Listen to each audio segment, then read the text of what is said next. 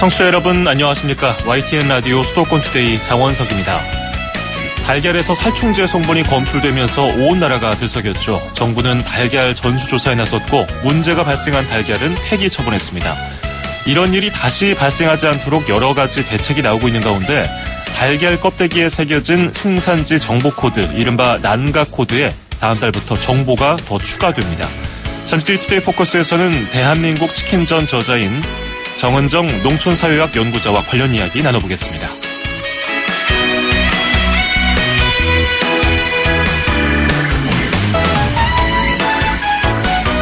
오늘 아침 앵커가 뽑은 수도권 뉴스입니다. 경기도 특별사법경찰단이 추석 명절을 앞두고 제수용과 선물용 식품 제조업체에 대한 특별 단속을 벌인다고 밝혔습니다. 오는 21일부터 25일까지 경기도 내 550여 개 식품 제조업체 그리고 축산물 가공업소, 중대형 마트를 대상으로 진행이 됩니다. 경기도는 특히 추석 음식 재료에 많이 들어가는 소고기, 고사리 등의 잔류 농약 정도를 검사하고 불량 음식이 유통되는 것을 차단하겠다고 밝혔습니다. 플레인 화이트 티스의 1, 2, 3, 4 띄워드리면서 2017년 9월 14일 수도권 투데이 시작합니다.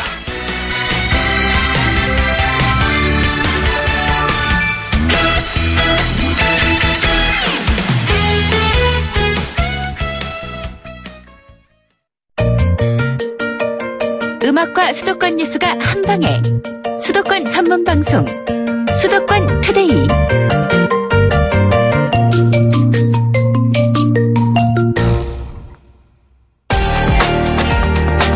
투데이 포커스. 정부가 살충제 달걀 사태 이후에 전수조사를 했습니다. 그리고 문제가 있는 농장의 달걀 겉면에 적혀있는 난가 코드를 공개했습니다.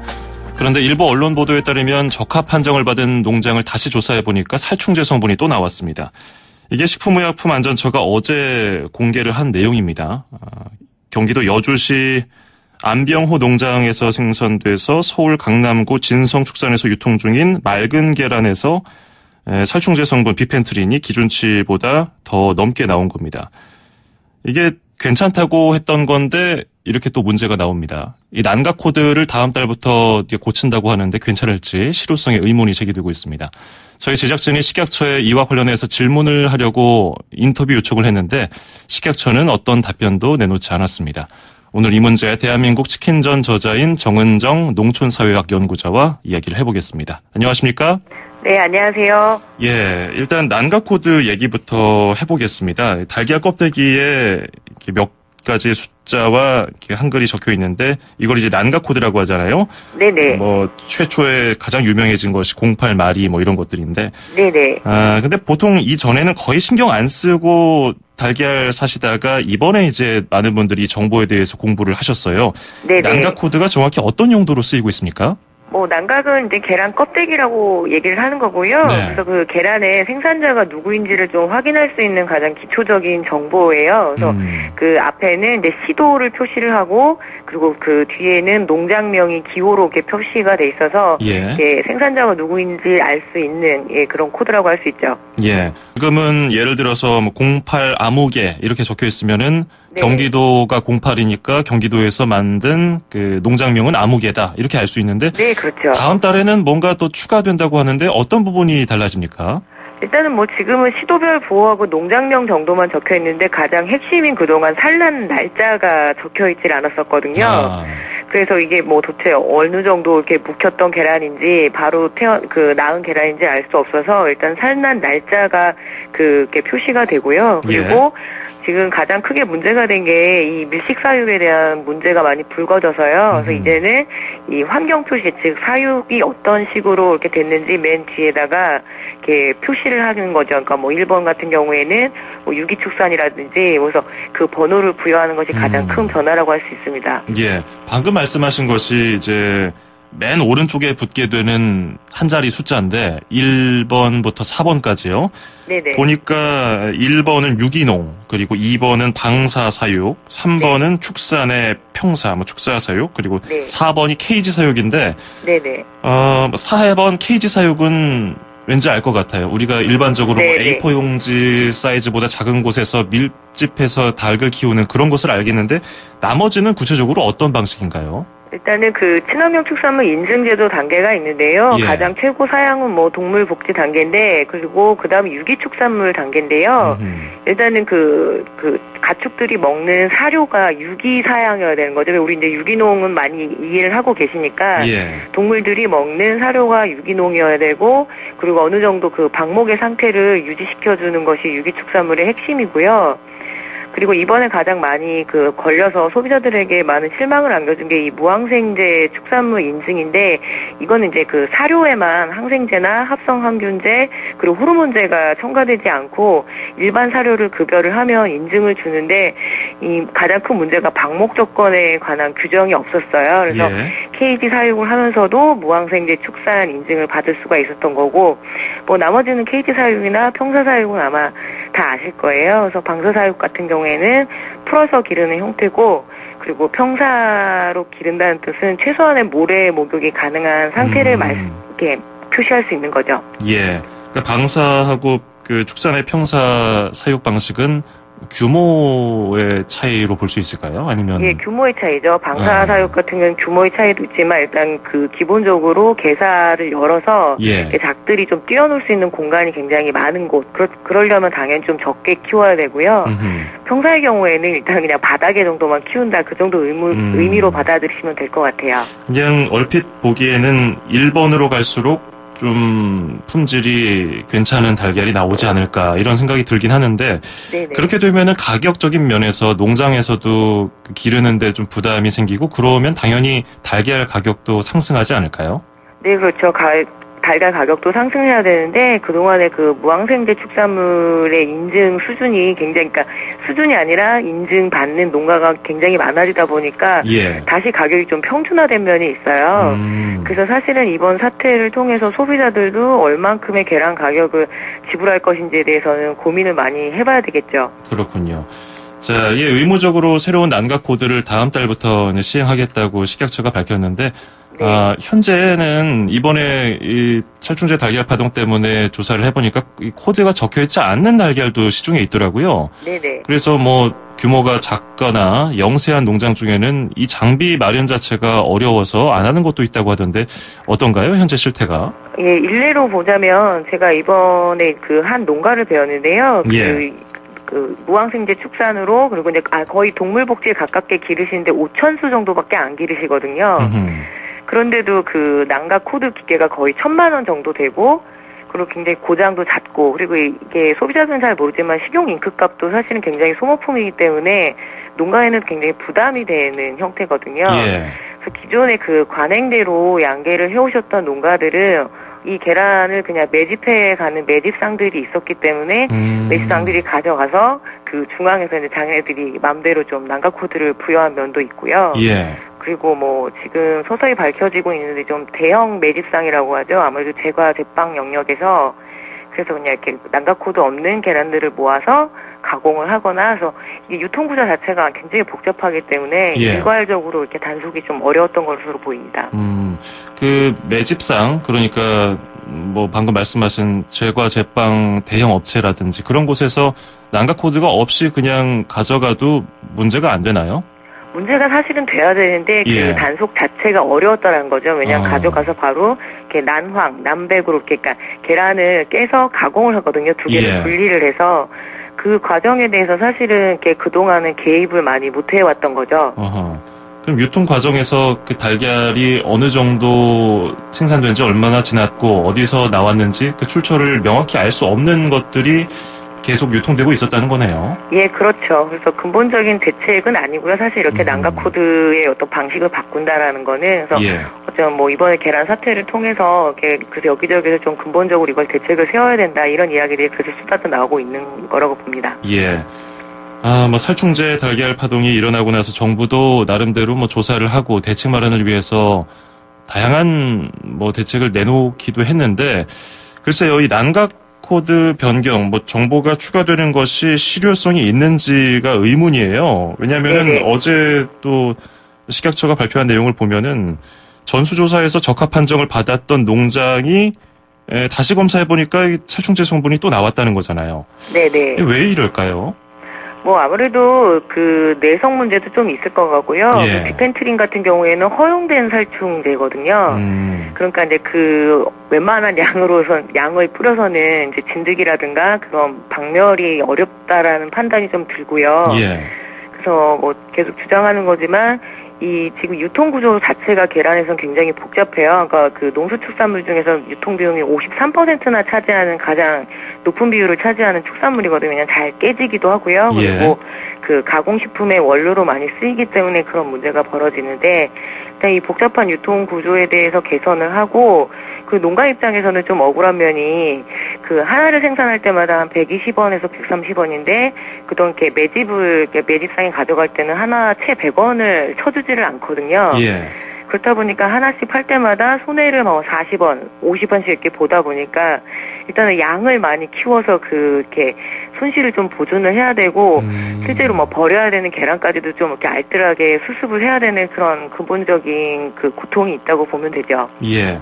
그러면 그 유통 구조에 대해서 지적을 하셨으니까 어느 부분부터 개선이 되어야 된다고 보십니까? 지금 뭐 일단 계란뿐만 아니라 사실 농수산물이 안고 있는 가장 근본의 문제라고 할 수 있습니다. 그러니까 최저임금 개념처럼 예. 농산물에도 최저 가격이 보장이 되어야지만 이렇게 안전한 농산물을 생산할 수 있는데 지금은 사실은 뭐 경매 시장에 내놓기 때문에 생산자들이 이 가격에 개입할 수 있는 여지가 전혀 없거든요.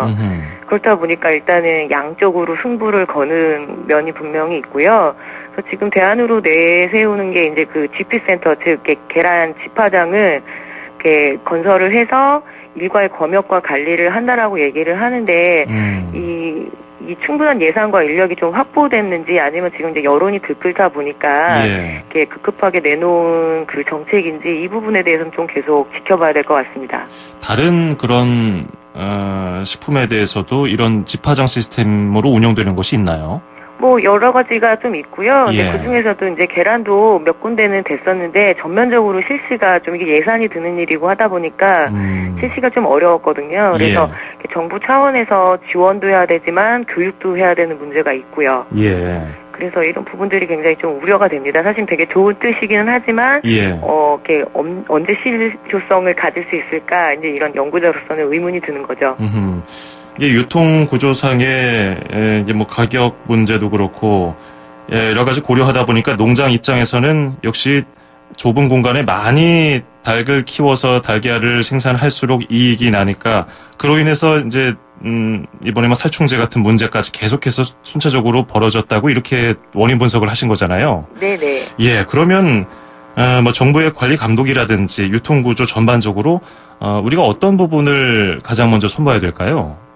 일단은 지금 뭐 계란의 최저 그 생산비가 보장이 돼야 되고요. 예. 그리고 이제 깨끗하고 안전하게 생산됐을 소위 말해서 유기 사양으로 해놨을 때 농가들은 또 뭐냐면은 제대로 잘 팔리지가 않는 거죠. 그러니까 고가이다 보니까 소비자들에게 그 어필이 좀 잘 안 되고 특히 계란 같은 경우에는 가공식품 분야에서 훨씬 더 많이 쓰이거든요. 예. 그래서 생산을 이렇게 친환경적으로 제대로 했을 때 이 부분을 충분히 소비해주겠다라는 그 사인을 보내줘야 되는데 그걸 이렇게 개별 소비자들한테는 맡길 수 없다는 생각이 좀 듭니다. 그래서 학교 급식이라든지 혹은 군대 급식이라든지 이렇게 해서 좀 공공 영역에서 선택을 하고 소비해준다라는 확실한 표시가 있다라면 그 사육 환경도 함께 좀 개선이 되지 않을까 이렇게 생각합니다. 예, 알겠습니다. 이번에 그 살충제 달걀로 말미암아 여러 가지 이야기를 해봤는데 그거 하나만 들여다볼 것이 아니었군요. 예, 오늘 여러 가지 측면이 있습니다. 예, 알겠습니다. 오늘 말씀은 여기까지 듣겠습니다. 고맙습니다. 네, 감사합니다. 네, 지금까지 대한민국 치킨전 저자인 정은정 농촌사회학 연구자였습니다.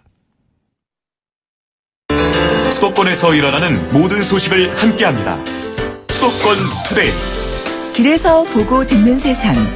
뉴스에서 접한 궁금한 점들. 운전하면서 겪는 희로애락. 생활 속 이야기를 풀어주세요. 세상 사는 이야기 함께 나눠보는 운수대통, 만사형통, 통통 메시지. 목동에 사는 주부 이은정입니다. 일단 생존에 거의 위협이 되는 수준이 된 것 같아요. 애들이 늘 먹는 계란이나 햄에서 살충제나 그런 그 몸에 안 좋은 물질들이 계속 나오고 10대부터 계속 사용해온 생리대가 그렇게 몸에 안 좋은 영향을 끼치고 있었다는 거를 알을 때 우리가 이걸 모르고 언제 얼마나 도대체 오랫동안 몸에 쌓이게 했는지 알 수 없기 때문에 어린 아이들은 앞으로 이 세상에 어떻게 뭘 믿고 어떻게 살아가야 될지 되게 진짜 생존 자체가 위협을 받는 공포의 수준입니다. 지금 사실 그 햄이나 계란은 이렇게 피하고 있는 거고요. 저는 텃밭 조그맣게 하고 있는 거에서 길러서 먹고 있는데 앞으로는 이 텃밭을 좀 더 크게 가꿔서 더 많이 제가 길러서 먹어야겠다고 생각하고 있어요. 판매자도 사실 본인의 이 생존이 걸린 거지만 본인의 가족이 먹고 하는 음식과 그 물건들이라는 생각을 가지고 내 양심에 하나도 거리낄 게 없는 거를 그래도 소비자에게 판매하고 생산해야 되지 않나 생각합니다.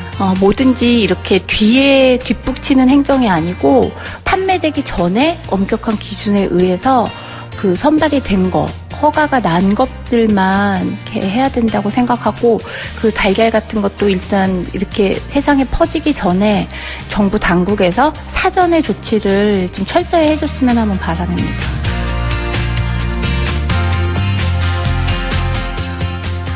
운수대통 만사형통 통통 메시지. 오늘은 이은정님의 사연이 도착했습니다. 그렇죠. 요즘에 왜 이렇게 걱정거리가 많습니까? 안 그래도 그냥 먹고 살기가 힘든 세상에서 걱정할 거 많은데 그 외부적인 것까지 걱정거리를 끼쳐주니 말이죠. 이 어떤 문제가 발생하는 것이 지금 갑자기 나타난 게 아니잖아요. 계속 그래왔던 건데 몰랐던 것이기 때문에 더 충격이 큽니다. 그래서 그것을 제외한 나머지 식품, 제품은 괜찮은가 괜히 의심도 더 들고요. 또 지금까지 우리가 먹었던 음식, 사용했던 용품들로 인한 소급 보상을 받는 것도 아니고 참 걱정입니다.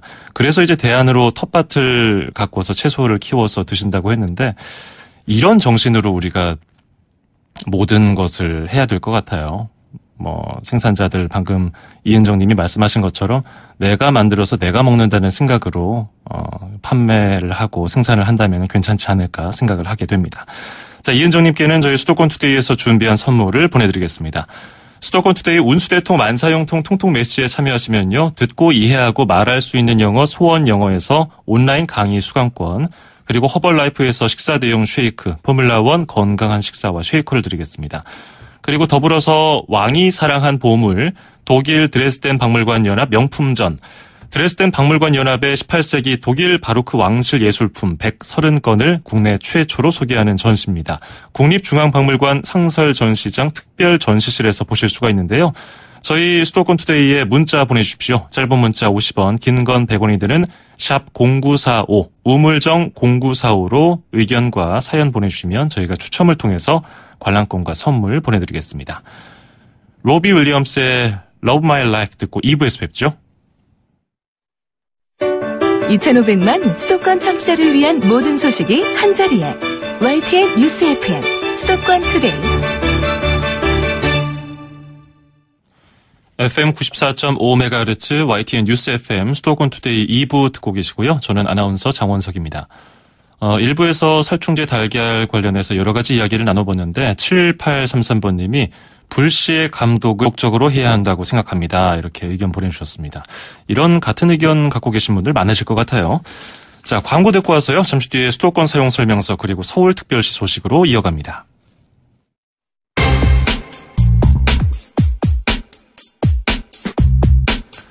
매주 목요일에 만나는 수도권 사용 설명서 시간입니다. 부동산 114 리서치센터의 함영진 센터장과 함께하겠습니다. 센터장님 안녕하세요. 네, 안녕하세요. 예, 오늘 본격적으로 부동산 이야기 알아보기 전에 굉장히 뜨거운 이슈가 있어서 하나 짚어보고 넘어가려고 합니다.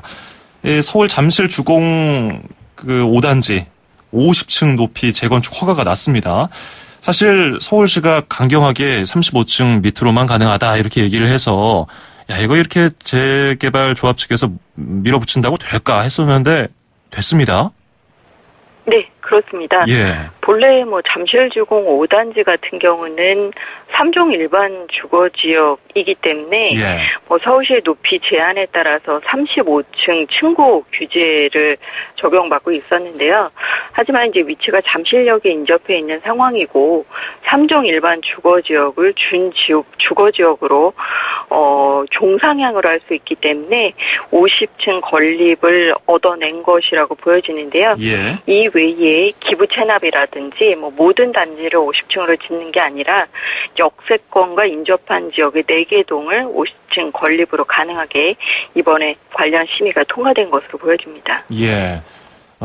이 잠실 주공 5단지 50층인 재건축 허가가 났기 때문에 이 주변은 굉장히 들썩일 것 같기도 한데 집값 영향이 있을까요?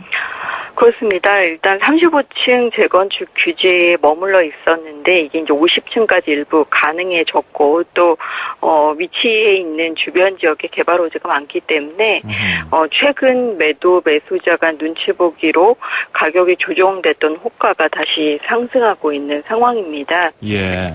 특히 지난주에 재건축안 심의 통과 소식이 전해진 이후로 매수 문의가 좀 늘었다고 하는데요. 예. 그래서 호가가 일단 1억 원 이상 상승했다고 하고요. 8.2 대책 이전에 가격이 올랐던 부분이 8.2 대책 이후 빠졌지만 그런 부분들이 최근 회복하는 모습을 보였다고는 하는데 대신 이런 부분들은 제한적이라고 판단이 됩니다.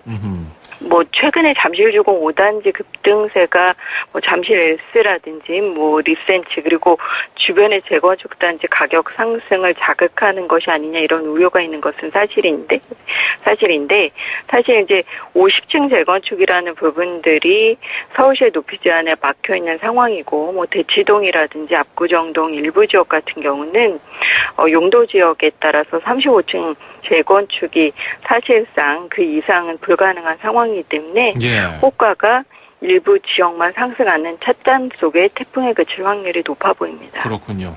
이 비슷한 사례가 있었습니까? 여의도 준주거지역으로 따지면 여의도 정도가 될 것 같기도 한데.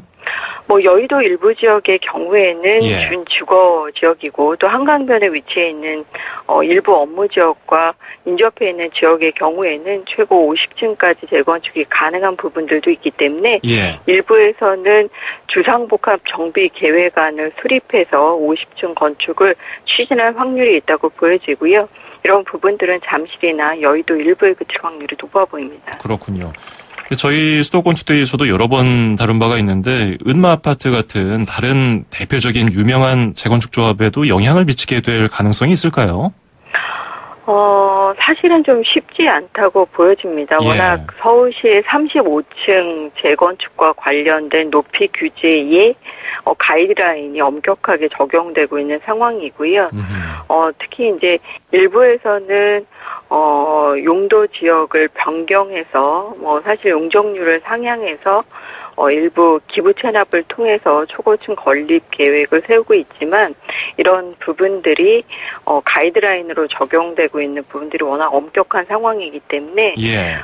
서울시 입장에서는 무분별한 높이 규제보다는 건축 심의를 통해서 일부 제한된 지역에만 50층 재건축을 허용할 계획이기 때문에 사실상은 대치동의 은마아파트라든지 그리고 압구정동의 일부 한양이나 현대아파트의 재건축이 50층까지의 층고 제한 문턱을 넘기에는 일정 부분 한계는 있다고 보여집니다. 예. 50층이 되는 것이 전부 몇 개 동에 해당되는 것이긴 하지만 그래도 이 이슈는 다른 재건축 단지와 맞물려서 계속 뜨거운 이슈가 될 것 같네요. 자, 그리고 다른 부동산 관련 이야기를 본격적으로 나눠보겠습니다. 파리 부동산 대책 이후에 그 다음 날인 8월 3일 이후에 조정 대상 지역에 있는 주택을 취득하면은 2주 이상 살아야 양도세 비과세를 적용받도록 했는데 그런데 또 주택이 없던 세대가 이미 신규 아파트를 분양받아서 계약금을 냈다면은 피해를 볼 수 있기 때문에 굉장히 이 부분은 개정이 필요하다고 얘기를 했는데 규제를 다소 완화했다고요? 그렇습니다. 이제 8월 2일 이전에 무주택 세대가 매매 계약을 체결하고 또 계약금을 지급한 사실이 확인되면 향후 양도소득세 비과세 산정 시 2년 거주 요건을 적용하지 않기로 정부가 결정을 했습니다. 예. 기획재정부가 12일 국무회의를 거쳐서 조정 대상 지역 내 1세대 1주택자에 대한 양도소득세 비과세 거주요건 도입과 관련해서 이 같은 내용의 소득세법 시행령을 개정했다고 밝혔는데요. 본래는 잔금청산일이라든지 소유권 이전 등기일 중에 빠른 날이 세법상 취득 시기가 되지만 아파트를 분양받아서 계약금을 낸 경우에는 잔금을 모두 내고 소유권 이전 등기 때까지 2년 이상 걸리기도 하거든요. 예. 그래서 이런 부분을 고려한 것입니다. 다만 이제 집을 옮기기 위해서 일시적으로 1세대 2주택자가 되는 경우에는 구제하지 않기로 했기 때문에 무주택 실수요자만 구제 대상이 된다는 점 유의하실 필요가 있겠습니다. 그렇군요. 자, 그리고 이 파리 부동산 대책에서 실수요자 위주로 청약 제도를 개편한다고 얘기가 나왔었는데 여기서도 주의할 점도 있죠? 네, 그 청약 1순위 자격 요건이 앞으로 까다로워집니다. 그러니까 투기과열지구나 조정 대상 지역은 청약 통장에 가입한 지 2년이 지나야 1순위 자격을 얻을 수 있고요. 예. 그리고 조정지구와 투기과열지구 내에서 민간 아파트를 분양할 때는 전용면적 85제곱미터 이하 주택형은 75%에서 약 100% 정도 가점제로만 당첨자를 선정하게 됩니다. 그리고 85제곱미터를 초과하는 경우는 30%에서 50% 정도로 종전보다 가점제 비율이 높아지면서 과거에는 가점이 낮은 세대도 당첨을 기대할 수 있었지만 이제 앞으로는 실수요자의 당첨 확률이 보다 커질 전망입니다. 예. 특히 이제 부양가족이라든지 무주택 기간 그리고 청약통장 가입 기간이 긴 청약자 같은 경우는 분양시장에서 유망 물량을 분양받을 확률이 높아지는데요. 한 셋째 주 이후부터 관련 규제가 강화될 예정이 있습니다. 예. 자, 그리고 임대 의무 기간 4년인 단기 임대주택을 임대 의무 기간 8년인 기업형 혹은 준공공 임대주택으로 변경할 수 있도록 법이 바뀌었다는 소식까지 들어볼까요? 네, 민간임대주택에 관한 특별법 시행령 일부 개정안이 국무회에서 의결되면서 20일부터 4년 단기임대주택을 8년 장기임대사업자로 전환하는 것이 가능해졌습니다. 예. 장기임대주택으로 변경하는 경우에는 종전에 임대한 기간을 장기임대주택 임대 의무 기간에 포함할 수 있도록 하고 있고요. 또 임차인이 장기간 안정적으로 특히 8년간 거주할 수 있도록 되는 부분이기 때문에 최소 8년 이상 임대하는 장기 임대 같은 경우는 세제 혜택도 있고 또 세입자 입장에서도 안정된 주거 거주가 가능하다는 입장이 있습니다. 예. 그래서 이제 특히 준공공 임대 같은 경우는 양도소득세 감면, 장기별 특별공제 이런 세제 혜택이 많이 높아지기 때문에 향후 세제 혜택을 노리고 4년 단기 임대에서 8년 준공공 임대 사업자로 등록하는 다주택자들이 증가할 것으로 기대하고 있습니다. 예, 알겠습니다. 오늘 잘 들었습니다. 고맙습니다. 예, 고맙습니다. 네, 지금까지 부동산 114 리서치센터 함영진 센터장이었습니다. 출입처 기자들의 수첩을 살짝. 가장 빠른 수도권 소식을 전해드립니다. 여기는 출입처입니다. 네, 출입처로 가보는 시간 서울특별시청으로 가보겠습니다. YTN 김선희 기자와 함께합니다. 안녕하세요. 네, 안녕하세요. 예, 서울시 버전의 최저임금이라고 할 수 있는 서울형 생활임금, 내년에 9,000원대로 올라간다고요? 그렇습니다. 어제 공식적으로 발표가 됐는데 올해보다 12.4%가 오른 9,211원으로 결정이 됐습니다. 정부의 내년 최저임금 7,530원보다는 22% 정도 많은 액수고요. 이렇게 인상된 생활임금을 적용해 노동자의 월급을 산정해보면 192만 5,099원이 됩니다. 서울형 생활임금의 대상은 공무원 보수체계가 적용되지 않는 투자 출연기관 노동자나 민간 위탁 노동자 등인데요. 대략 10,000명 정도가 해당이 됩니다. 내년 생활임금 인상에 필요한 재원은 175억 원 정도로 추산되는데 서울시는 이어 내후년엔 생활임금을 10,000원대로 올리겠다는 이런 계획도 밝혔습니다. 그렇군요. 그리고 서울에서 음식물 쓰레기가 지난해보다 많이 줄었다는 소식, 반가운 소식인데요. 어떤 내용입니까? 네, 서울시가 1월부터 6월까지 상반기 음식물 쓰레기 발생량을 조사해봤더니 지난해 같은 기간보다 10% 정도 줄었다고 밝혔습니다. 보통 음식물 쓰레기 1톤을 처리하는데 한 18만 원 정도 비용이 드는 걸 고려를 하면 금액적으로는 100억 원 정도를 아낀 것이라고 합니다. 예. 이렇게 음식물 쓰레기가 줄어든 가장 큰 이유 무엇보다도 무선인식 가구별 종량기를 보급을 꼽았습니다. 아직 많이 보급이 되지 않아서 이 무선인식 가구별 종량기 생산분들이 많으실 텐데요. 각 가정에 고유의 이런 인식카드를 준 뒤에 종량기 기계에 쓰레기를 넣으면 그 음식물 쓰레기 양을 개별적으로 무게를 달아서 요금을 부과하는 수 있도록 만든 그런 장비입니다. 그러니까 음식물 쓰레기를 많이 버릴수록 돈을 더 내야 되니까 결과적으로 쓰레기 양을 줄일 수 있는 효과를 얻었다는 거네요. 그렇습니다. 실제로 어제 이 가구별 종량기가 시범 설치된 마포구 한 아파트를 제가 다녀왔는데요. 이 아파트에서는 음식물 쓰레기 수수료가 킬로그램당 50원에서 100원으로 2배나 올랐지만 가정에서 지출한 비용은 큰 차이가 없었다고 합니다. 다시 말해서 음식물 쓰레기 배출량이 절반 가까이 줄어들었다는 그런 뜻이죠. 사실 이 종량기 기계를 설치하기 전까지만 해도 쓰레기를 많이 배출한 사람이나 적게 배출한 사람 누구나 똑같이 나눠서 내는 그런 방식이었습니다. 그런데 이 무선인식 가구별 종량기를 도입하고 난 이후에는 아무래도 말씀하신 것처럼 자기가 배출한 만큼만 비용을 부담하다 보니까 감량 효과가 컸던 것 같습니다. 그렇군요. 서울시는 이런 성과를 바탕으로 연말까지 2,600여 대를 추가로 설치할 계획이라고 합니다. 네. 자, 그리고 다음 전기차 이야기를 해보겠습니다. 지금 서울에 등록된 전기차가 2,700대 정도라고 하는데 근데 전기차를 사기 좀 꺼려 하시는 분들은 얘기를 들어보면 충전할 곳이 부족하다 이런 얘기를 하시거든요. 그래서 그렇죠. 서울시가 충전기를 계속 늘리고 있죠? 그렇습니다. 올해만 주유소를 87곳에 급속 충전기를 추가로 설치를 했습니다. 현재 207개가 시내에 설치되어 있는데 연말까지 60개를 더 늘리겠다고 밝혔습니다. 장기적으로 서울 시내 주유소 550여 곳 전부에 이 급속 충전기를 설치하면 그런 계획인데요. 아무래도 공원이나 주차장보다는 주유소가 이용하기 더 편리하기 때문에 당분간은 주유소를 통한 보급에 주력한다는 그런 생각입니다. 물론 서울시가 직접 설치하는 건 아니고요. 주유소 사업자가 급속 충전기를 설치하겠다 이렇게 신청을 하면 최대 3천만 원까지 비용을 지원해주는 방식입니다. 그렇군요. 자, 끝으로 반려동물 키우는 분들 잘 들어보셔야 될 것 같은데 서울시가 무료 검진을 해준다고요?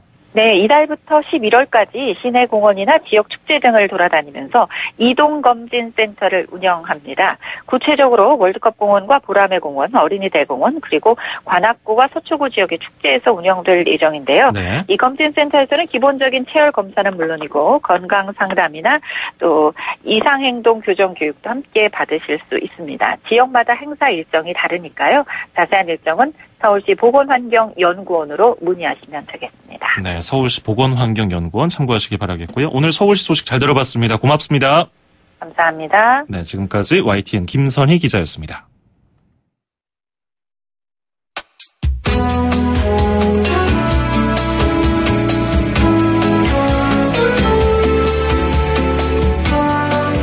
수도권 투데이 오늘 준비한 소식은 여기까지입니다. 끝으로 리사 오너의 프리티 월드 띄워드리면서 저는 인사드리겠습니다. 일교차가 큽니다. 건강관리 잘 하시고요. 저는 내일 아침 9시 10분에 뵙겠습니다. 장원석이었습니다. 고맙습니다.